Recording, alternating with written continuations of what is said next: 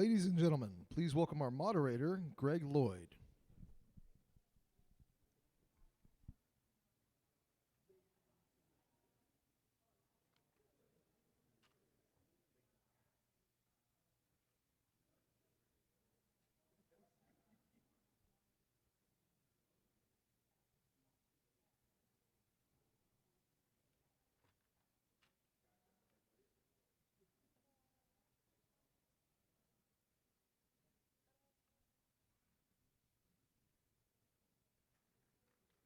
I'm not going to trip.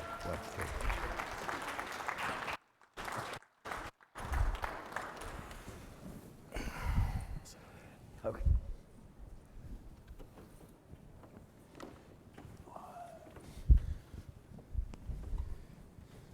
Good morning, everyone. Well, how's everyone doing? You all having fun? Real well. All right.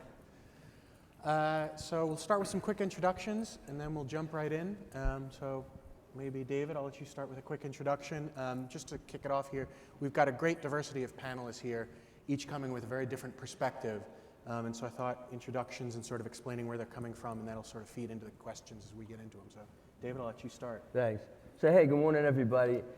I guess the great thing is that I wore the same suit as I did when I took that picture like 15 years ago. So, and if you guys ever see me at another conference, what you'll see is I'm going to be wearing the same outfit because it eliminates the choice when you get up in the morning in a hotel. My name's David Schenken. I'm an attorney. As you could tell, I'm not from Alabama. I am from New York. But I spent a lot of time in the South, including North Carolina, which is like my adopted state. I specialize in representing financial institutions and other types of companies in various types of government investigations, largely in the financial services space, anti-money laundering, terrorism, finance, human trafficking.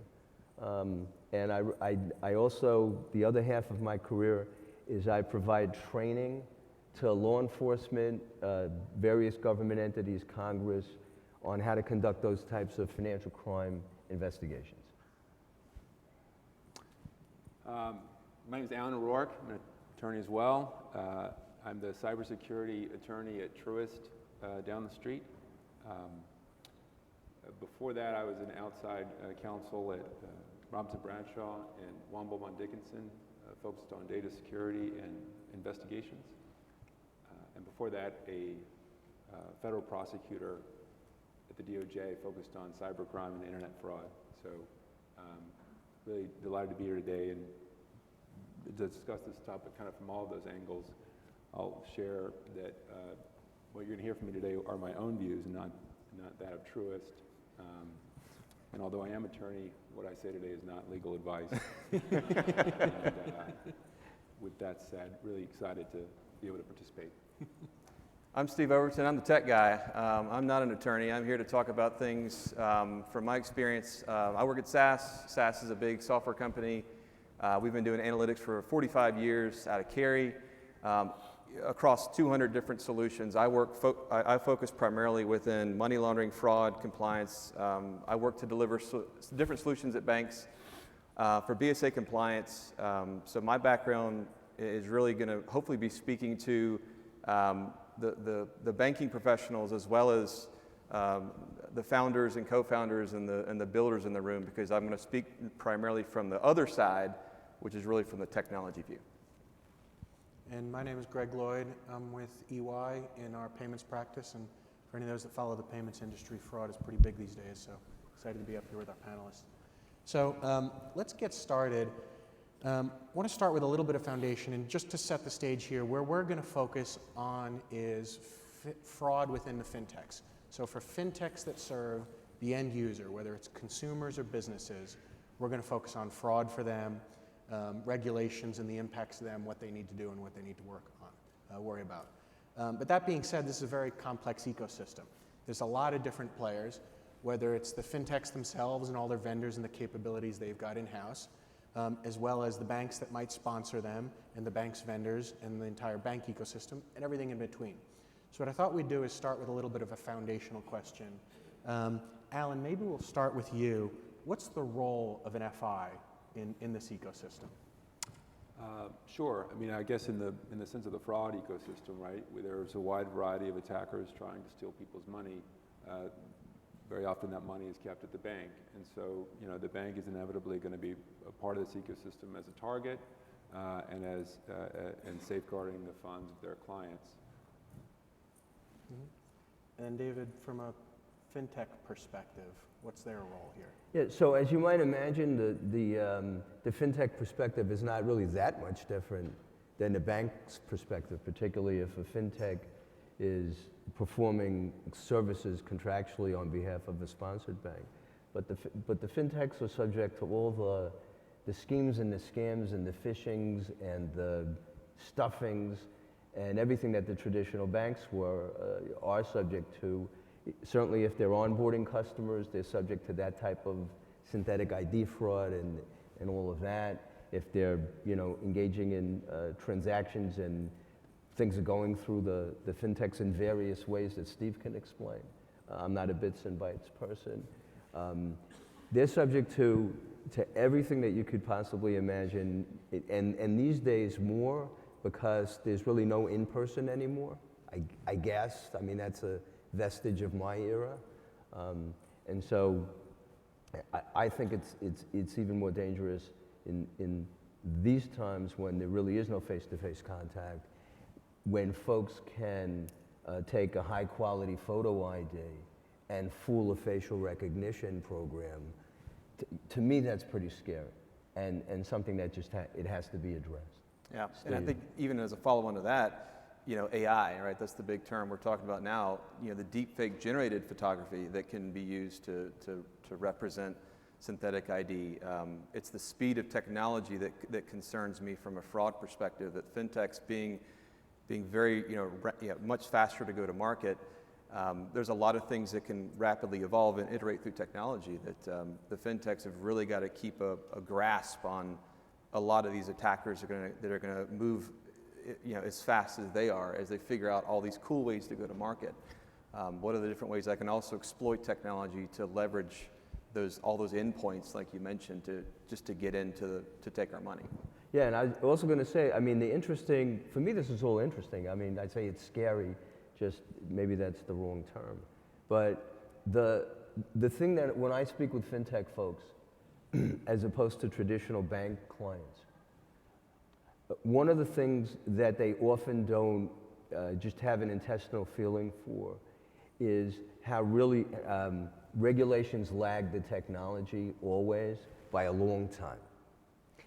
And just because there aren't regulations out there today about something doesn't mean that 5 years from now you're not going to get a regulation specifically addressing some of the things you were talking about, Steve.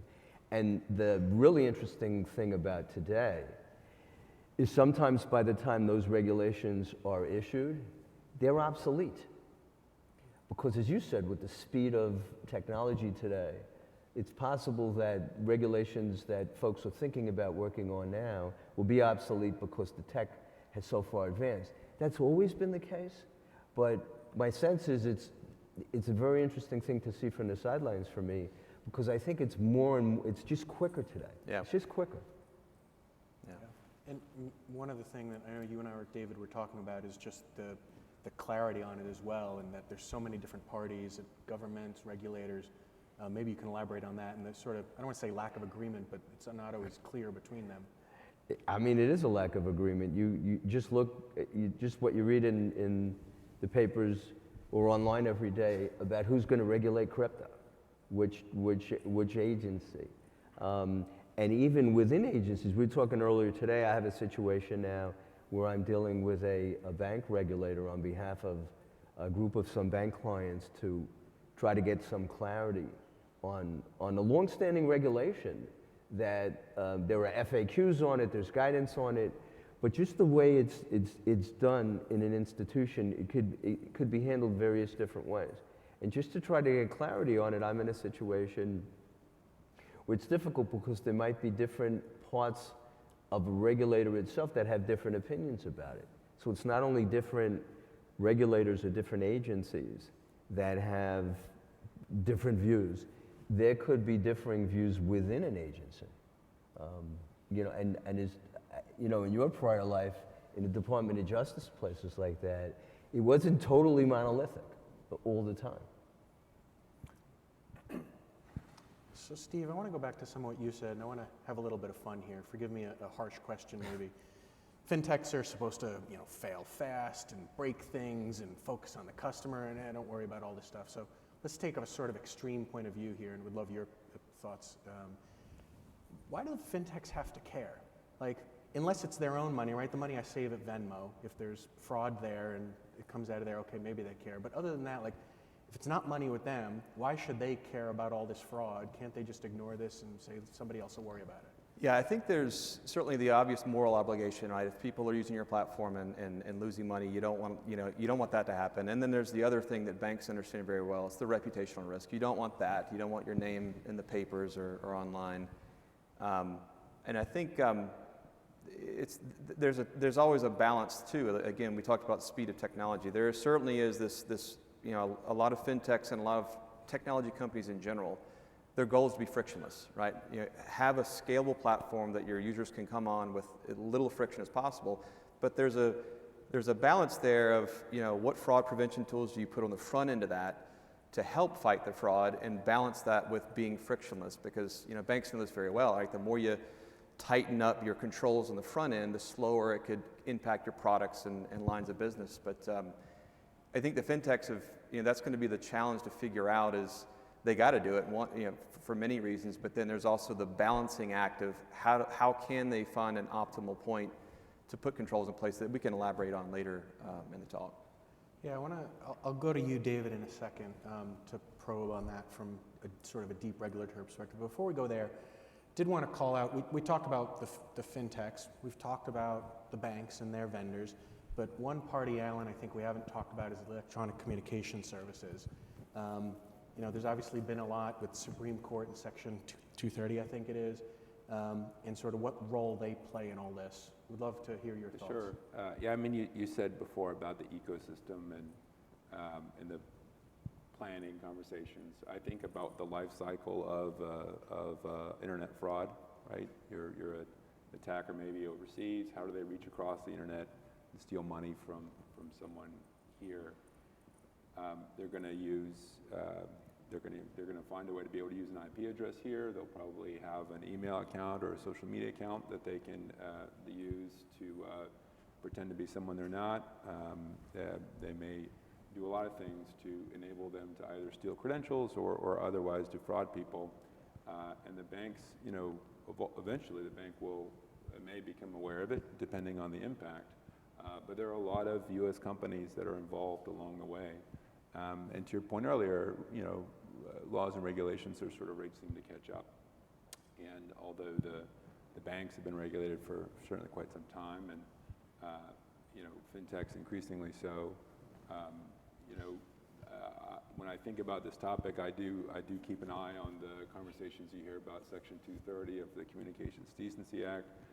You hear about it so often in the context of moderating speech online, but the reality is if your email provider, you know, or your social media provider is going to be able to be held accountable for the use of their service to commit fraud, you would need to see some progress in that space. And the more we see attention on that, both from a litigation perspective and a policy perspective, the more I think you're going to see a further area of legal focus. So with that, maybe we'll do one more, you know, question off here, and then we'll jump to some of the Q&A. David, let's dive deep here for a second.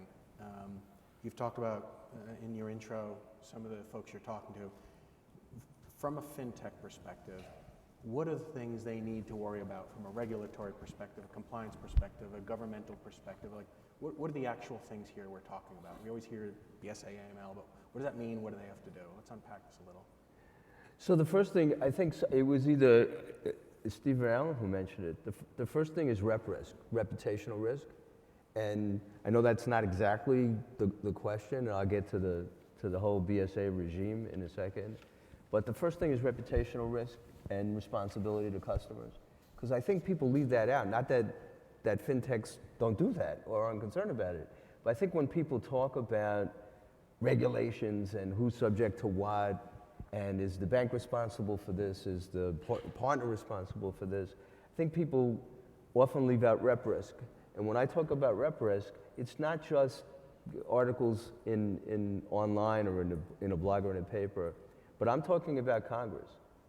And you won't have seen non-traditional financial institutions, online brokerage, Robinhood, and entities like that who've been dragged up to the Hill for some pretty embarrassing testimony. And I will tell you that the traditional financial institutions, my bank clients, always have in the back of their mind, not only the regulators, not only, God forbid, the Department of Justice, no offense, but they always have the Hill in the back of their minds. How many times have you seen financial institution CEOs get dragged up for pretty uncomfortable hearings? So that's the first thing, rep risk. The second thing is, to the extent that fintechs, however you define that, to the extent that entities who are contracting with financial institutions and taking some of the obligations that the financial institution has under the Bank Secrecy Act, or what we call AML regulations, for various things like onboarding customers, CIP, Customer Identification Program, whatever else it is, screening to file suspicious activity reports. Everybody has to screen for sanctions violations and for OFAC sanctions and other types of sanctions.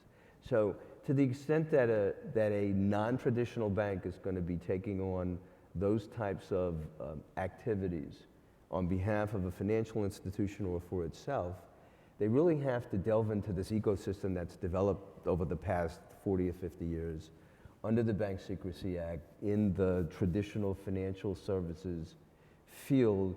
And I have to tell you, it's like speaking a different I mean, it's the only language I speak because I don't really know anything else, as my wife says. I know this stuff. I'm a one-trick pony. But for folks who don't know it, it's like me understanding the bits and bytes. So I do think that the industry has to recognize that even though you may not be technically regulated yourself by the banking regulators as opposed to CFTC or CFPB, that if a company is going to be handling onboarding of customers, screening, sanctions screening, SAR screening, that they're really going to have to be compliant with the BSA and all that involves. So here's a question from the audience. I don't know, I'll let you all pick if someone's comfortable speaking to it. How effective are the current AML and KYC regulations in the fintech space? And are there improvements you might suggest? And maybe this goes to part of what you said earlier, David, of reading the tea leaves. So I don't know who wants to answer that, if anyone's comfortable. I'll let these, I've spoken a lot, so I'll let these guys jump in and I could pick up at the end. I think, like David's saying, it needs to happen. I think there's got to be, from a technical sense, that's the kind of lens I'll look through. There certainly are, we have AML transaction monitoring. That's kind of the more complicated area because there's a world of, we call them typologies. That's a term in the AML community. There's a world of scenarios that are specific to a bank and a bank's risk profile. I think fintechs have to look at that same lens, and it probably is going to be a little different because patterns are different, behavior different. The usage and the purpose of the fintech platform or whatever you're doing could be different. So that's kind of an angle that I think is going to have to be matured some, or maybe someone else has figured it out. I don't know, but that's kind of an opportunity, I think, for someone to figure out that aspect of how can I affect it. We need to do it, but then the next question in my mind is, well, how do I do it? And I know we've got some other topics later to kind of break into some of the data stuff, but I would look at it from the business sense of kind of like how banks go through risk assessments. That's another angle too, that the FFIEC manual tells banks you must go through a risk assessment. I kind of wonder if that's something that maybe the fintech could be a vein within the fintech world is what are our risks and how can we address it? And maybe it needs that sort of exercise just to understand the problem more. I think that, the general theme of regs catching up with reality is certainly true here. I would like to see financial regulators have a tendency to to exercise their jurisdiction over the regulated body, to collect information in the name of the safety of the public, and just, a hammer that sees a nail. And I feel like they could be doing a lot more to help disrupt cybercrime and internet fraud. I was on the SARS task force when I was in the DOJ for my group. We would review the SARS and develop cases arising out of them. But that's a pretty slow process, and the criminal justice system is built to identify criminals and indict them and prosecute them. It's not built to disrupt ongoing fraud threats in real time. And there's no reason why we can't leverage the intel that FinCEN is collecting to do a better job of having active disruption. The only thing I'll add to that is that, in my personal opinion, and I'm not going to live to see it, hopefully many of you will, I just think that the way we've been handling the financial crime reporting detection for the past 30 years, we've all been complaining about it, that it kind of really doesn't work.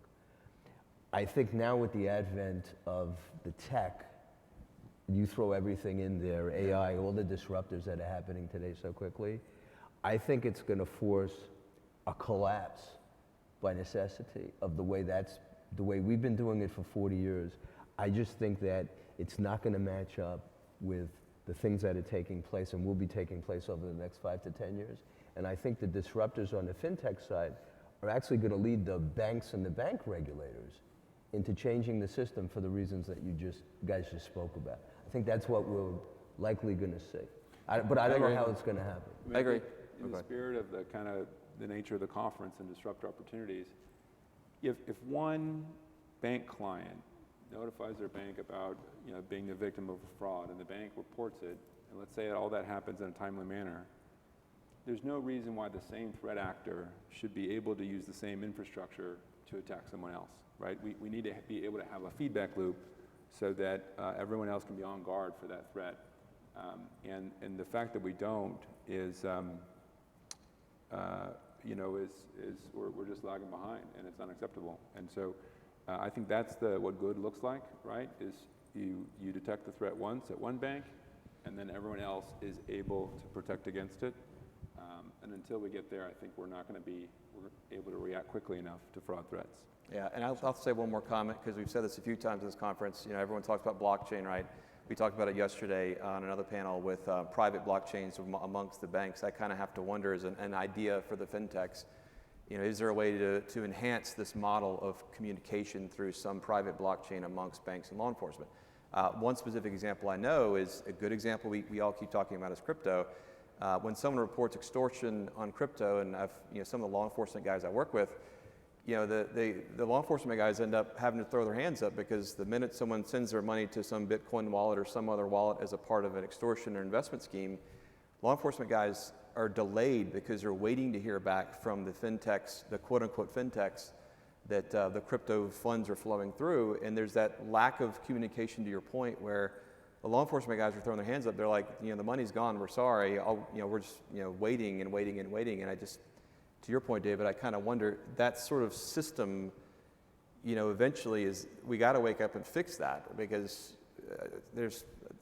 recently talked to a law enforcement buddy of mine dealing with a very large amount of money that was a part of the pig butchering scams is the latest term, that unfortunately was gone because it was already sent out through crypto wallets, and there's no way to get it back at this point. So yeah, and listen, to that point, what we call information sharing has been a huge topic in the financial crime world for at least the past 20 years.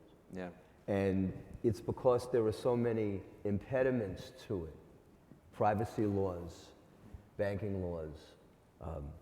A bank just can't give my financial information to another bank. There are ways that it can be done, but I mean generally, or to law enforcement, or to publish it in the New York Times. And it's always been a hindrance in the industry, because the bad guys, they're not constricted by the Graham-Leach-Bliley Act, which the Right to Financial Privacy Act. Yeah. But yet financial institutions are. There are specific ways that have been developed, sharing information both from financial institutions to the government and amongst financial institutions. And what you're seeing today is this big ecosystem developing Yeah. on a consortium level where institutions are starting to have this force multiplier where they're sharing information. So you just don't get information about Steve Overton from Bank A, but Steve Overton may be conducting transactions at 5 different banks.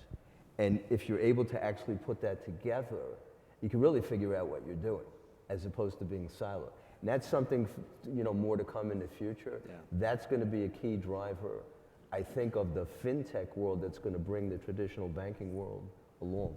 Yeah. It's your anecdote there about the crypto exchange.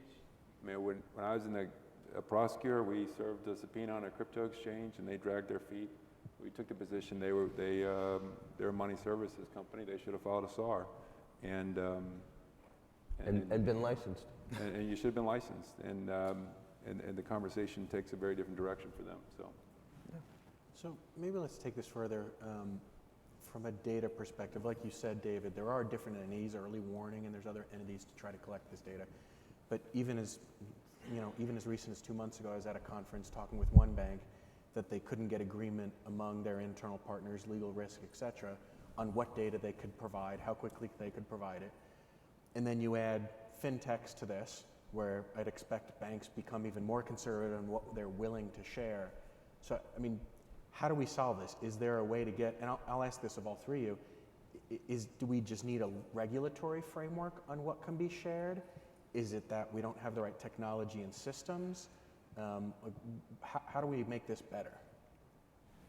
Let's start from the regulator side, if you guys want, and then maybe we can take I'll give you guys the ideas once I hear what you guys think. So because I can throw out a lot of ideas, but I want to make sure we keep it within the the frame of what you guys think would be realistic. Yeah, I think that we've returned to the theme again of regulations kind of lagging behind reality. So there are lots of pretty serious confidentiality requirements around suspicious activity reports, obviously around confidentiality of customer information. All of that stuff can create an environment where lawyers are going to feel hesitant to authorize information sharing if they're uncertain, right? I would like to see us in a place where information related to a malicious actor, so like a fake, indicators of compromise, fake email accounts, things like that. I just don't see any reason why they should be treated as customer information, and why we shouldn't be able to share them freely in the spirit of disrupting those threats. But again, if you're faced with an unclear regulatory environment, it's understandable that your legal counsel is gonna pause, right, before greenlighting that.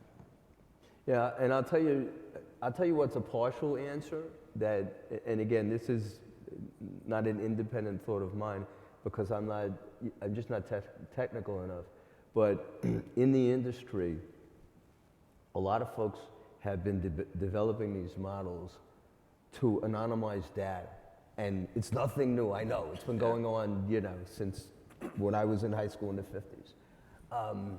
But if you think about it, the thing that's prohibited from being shared and disclosed that Alan was talking about is customer data. So financial institution can't say, this was David Schenken's account, here's my social, here are my transactions. However, if you go back to what Steve said at the beginning, what this game is all about is patterns of activity and typologies.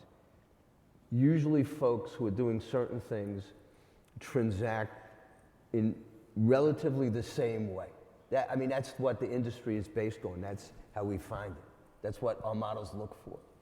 And so if you have anonymized data, it doesn't matter who the person is, because if you could take anonymized data from 20 financial institutions or fintechs and put that together and have an AI model learning a pattern of activity for an unlicensed MSB, for a human trafficking case, for an elderly abuse case or something like that, then what you could do is you could really have this force multiplier of a permutation of a lot more transactions than just one bank seeing what they see.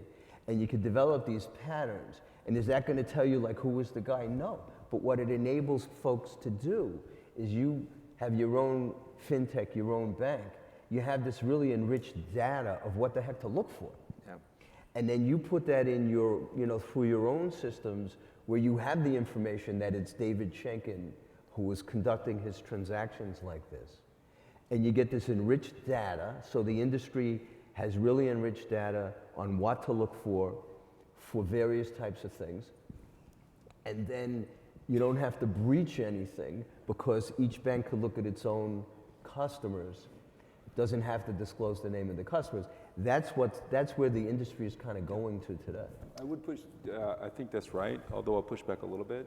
I'm not in my customer's email account, right? I can't Right. see the threats as they arrive to my customer. So a bank can't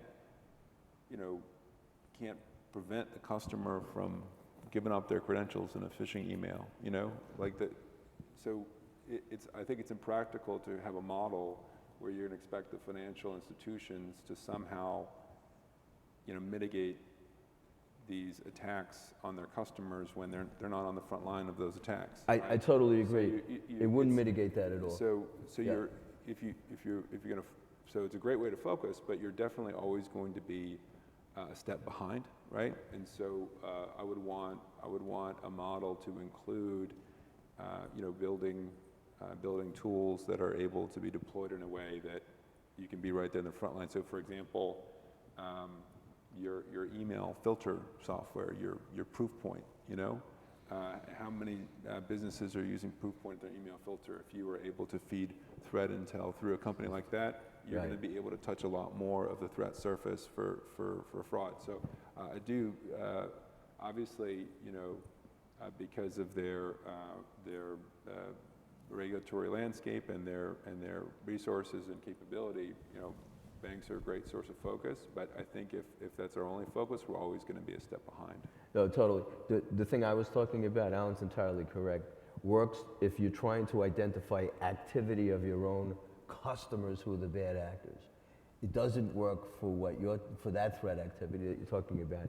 If it could be taken to that next level on an anonymized basis originally, then that would that would be nirvana.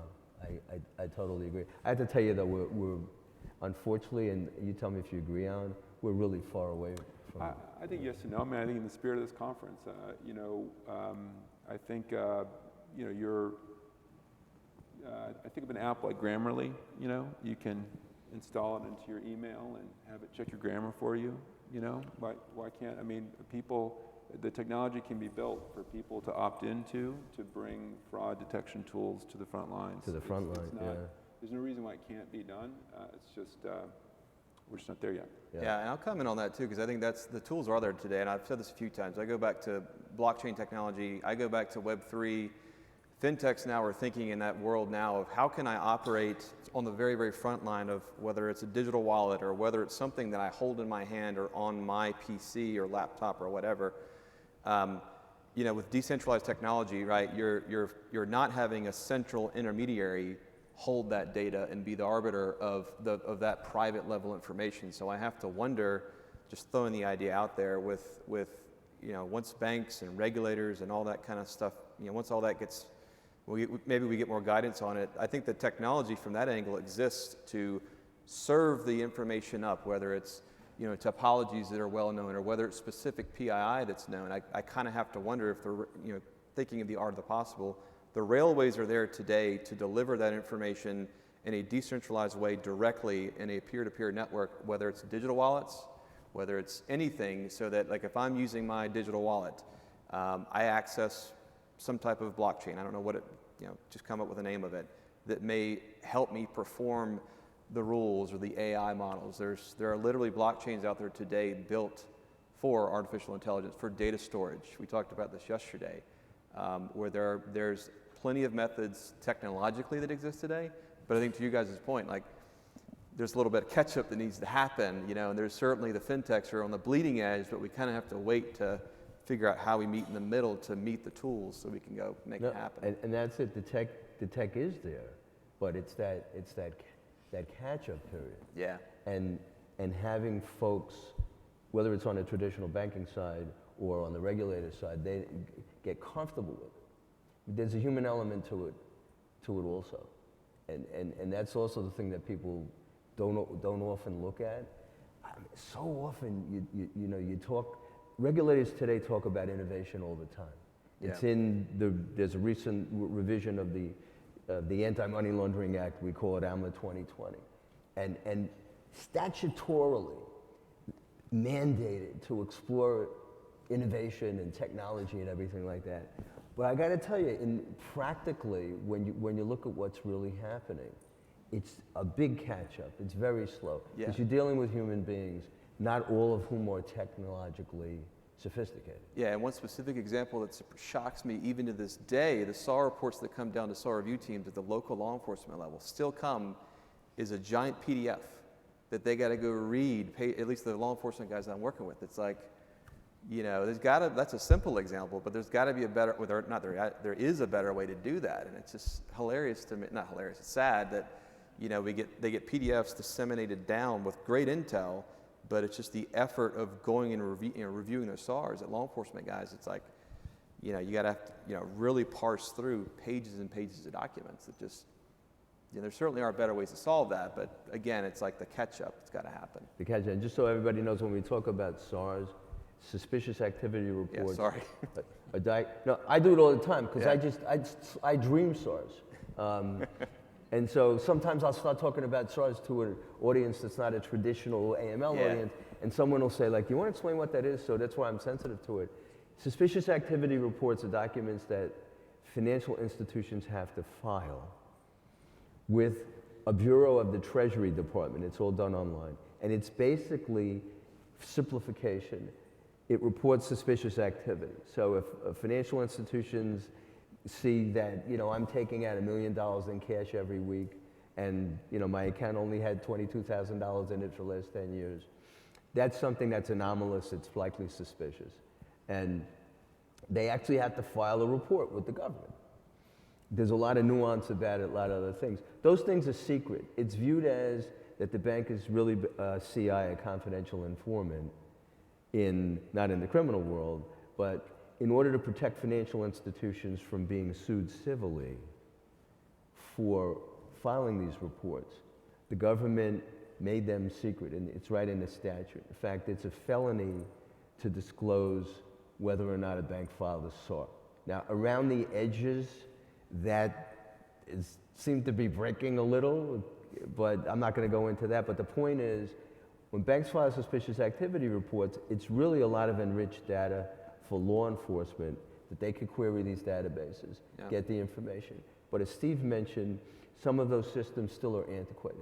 Yeah, and to kind of hit a key point that is sometimes overlooked, and I'm curious, David, your thoughts on this, well, we keep going back and forth, but like, sometimes even in our conferences that are industry focused around AML, like our ACAMS community, it's almost like, we focus a lot on a lot of the things we do to file SARs, but I think I always try to remind myself, at the end of the day, what are all the banks doing this for? It's for someone that could potentially, elder abuse. We're doing it for human trafficking. We're doing it for reasons that are important. So I think it's interesting for fintechs to kind of have that angle of when you get into filing suspicious activity reports, you got to do it. There's regulators that are going to tell you to do it, this, that, and the other, and that's a world of optimization. But in a lot of ways, the real reason to do it is to give law enforcement the intelligence they need to prevent some crime or help solve some elder abuse scheme or whatever. I thought this was very helpful to describe the SAR, and I'll go back to my earlier point. We have these regulations. We require banks to do this, and as a society, that's how we function. Meanwhile, a vast amount of crime is carried out over email and social media. A vast amount. If you're worried about elder abuse, where do you think it's more likely to come from, right? A romance scam on Facebook or something like that. Those companies do not have anything like a SAR requirement. In fact, when you read about those companies disclosing information to the government, it's usually in the context of how hard they push back on search warrants and how hard they push back on subpoenas. So we're in a place where, on the one hand, it's okay for the government to heavily regulate banks to share customer information for the sole purpose of preventing crime against Americans. But as a society, we're not there yet for tech companies. And as long as we have that imbalance, we're going to continue to see this rampant crime across the use of electronic communication services. Yeah. So here's another question we got earlier that I think ties in with this. How should an early stage fintech think about balancing cybersecurity and growth when resources are scarce? And I'll make the question broader. I think it applies to all of this. How am I protecting myself from generative AI, deep fakes? How am I thinking about what should I do with my bank? I mean, everything we've talked about here, it's all wonderful, but for early stage fintechs, even mid stage fintechs, they have very limited resources. So I'll ask all of you, but maybe David and Alan to start, given you've been on more the legal side and prosecutorial side, like what's a good, I know there's no way to give a solid rule, but how should they think about what to prioritize? Maybe is a good way to ask it. When it comes to your own cybersecurity, if you're a small business, including a startup, I encourage you to look at the resources from the FTC. They'll give you a whole handbook that you can use as a guide to implementing cybersecurity controls for a small business. In terms of securing payments, making sure that you're aware of that there will be efforts to divert payments to trick you, and so you want to have procedures in place to verify when you're paying an invoice, you're paying it to the correct location. And the things you want to lock down in general, in addition to sort of your cybersecurity hygiene, are going to be your email accounts and your phone numbers, which are going to be used for your multi-factor authentication. So you get someone's email, you're going to be able to get everything else, right? So those are the kind of things that I would be focused on if I were a startup, and I would look to that small business guidance from the FTC, and there are other regulators who push out very, very good guidance along those lines. Yeah, I mean, I agree. Listen, I know it's easy to say I'm the lawyer, so I could always be really conservative and say, I used to tell my bank clients, just get rid of all your customers. And then I could sleep at night because I'll never get the call the next day about this thing is blowing up and that's blowing up. But you can't really operate like that. So I totally agree. And I would say to somebody like that, look, your business survival depends, and maybe your personal finances, depending what folks have put into that or have raised funds. Your survival depends on protecting yourself from those types of threats that Alan was talking about. So it's not the type of thing that's like, well, we don't have enough money, and like when we get bigger, we're going to do this. It's like you may never get there if you're subject to those types of threats, and you could have potential real liability to third parties for allowing something to take place. So clearly there's a balance, because if you don't have $4 billion to spend on something like that. But I think it's one of the critical things they have to think about for self-preservation. I think from a startup perspective, I definitely appreciate the sense of having a very tight budget. So it's challenging, I know, to balance that. I think from a technology sense, the good news is, I think from my experience, we all know everything's moving to the cloud, and I know we have a topic on this later, but I'll briefly mention that I think the good news is a lot of our cloud providers that solutions are being built from, they are building those sort of expert security services. They're getting stronger and stronger and stronger. So like AWS Cognito is an identity management service that it works great. So and Microsoft has the same thing, Google has the same thing. So my recommendation from a startup perspective on the tech side is, as you're going through your product roadmap planning, at least try to consider some effort to look for, how do I build my services embedded into those services that are out there today. I don't know, everybody's got different architectures, but look for ways to leverage what your cloud provider, if you're on the cloud, look for ways to leverage what they already provide you, right? Because they have that economies of scale and scalable way to get into that. That's my first recommendation. The second one too is like it's simpler, is like come to events like this, stay engaged with the community. If you're a small startup and you've got, some startups may have an advisory board, try to find someone that's in the regulatory space that can at least keep up with the latest stuff, and at least keep you in the loop. So as you're building and building and building, right? That's the fun part. Maybe at least at an advisory level, maybe have someone on your board that's, got some, watch out for the regulatory side too. Well, we're 2 minutes over. I'll take 3 more minutes, and then we end right at lunch for 12. Wow. So maybe 30 seconds to a minute each. Any final advice, very specific to the fintechs, final advice of things to think about, things to worry about, what to prioritize? Let you go in whatever order you want. I can say fail fast, but we say that all the time, but that's a little challenging, I think, from the sense of what we're talking about with fraud, because you don't want to fail, and people are losing money. But I guess I'll just kind of echo what I just said, is try to leverage the cloud resources you've got.